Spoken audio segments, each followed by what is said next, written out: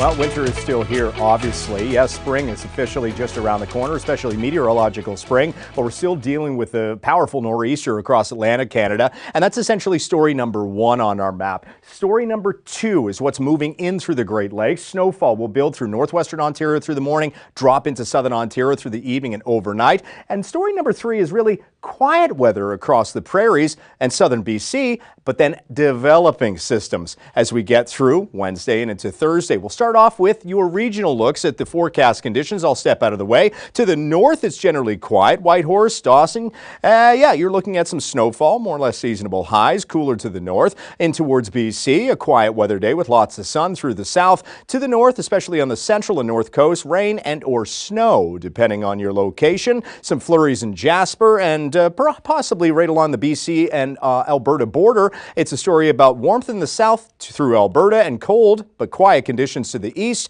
across the Great Lakes. Once again, snowfall to the northwest across the upper Great Lakes, which will eventually slide southward. Cold but quiet across southern Quebec. And once we get into Atlantic Canada, you guessed it, it's a story about not only snow and wind, but also some rain across Newfoundland, as you clearly see with daytime highs above the 0-degree mark. So let's get into it in terms of the forecast conditions. All of Newfoundland will start off in the pre-dawn hours with snow and gusty winds. Port aux Basques, 100-kilometer-an-hour wind gusts anticipated. Across the Maritimes, you will be gradually starting to improve, but there still would be some impacts through the morning, especially Northumberland Strait, Prince Edward Island, Cape Breton, which is still going to see those sea effect snow bands move in through Tuesday afternoon and evening. Once again, Newfoundland, because you're going to be warming up, you will transition over to rainfall, but as we get into Tuesday evening, it will switch back over to snowfall. The winds will gradually ease, but we're still looking at these bands of localized snow moving on through.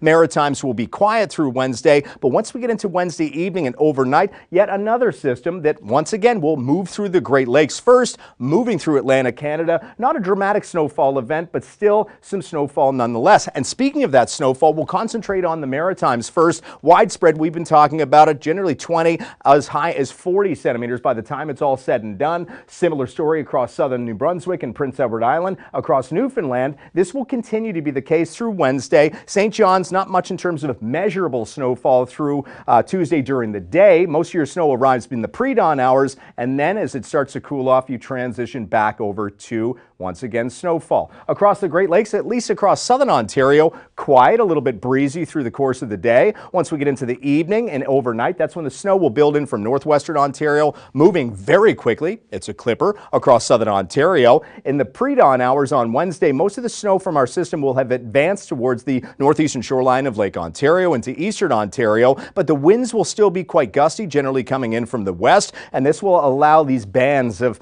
lake-enhanced snowfall, not necessarily what I'd call snow squalls, but problematic for those traveling from time to time. A couple of quick bursts of snowfall, along with localized accumulations, which for the most part through Wednesday will be concentrated across northwestern Ontario, through Lake Superior. Across southern Ontario, we're looking at overall 5 to 10 centimeters, and the GTA will likely hover around 5+. And good news for those looking at Thursday, the forecast has changed. That next system looks like it will miss us. And missing us is through the prairies will be active weather through the day on Tuesday. All thanks to high pressure in place. You will run into a little bit of cloud cover from time to time. And yes, southern Manitoba, you might start off the day with a little bit of snowfall. The rest of the day, you're good to go. Now the active weather pattern really starts to engage. Like I said, story number 3 would show developing active weather. The Clipper system moves in central and northern Alberta, not really targeted, if you will. Along that warm front, we will start to see it surge down towards Saskatchewan, eventually Manitoba. Short-lived, not a huge problematic event. That next Clipper system will build in,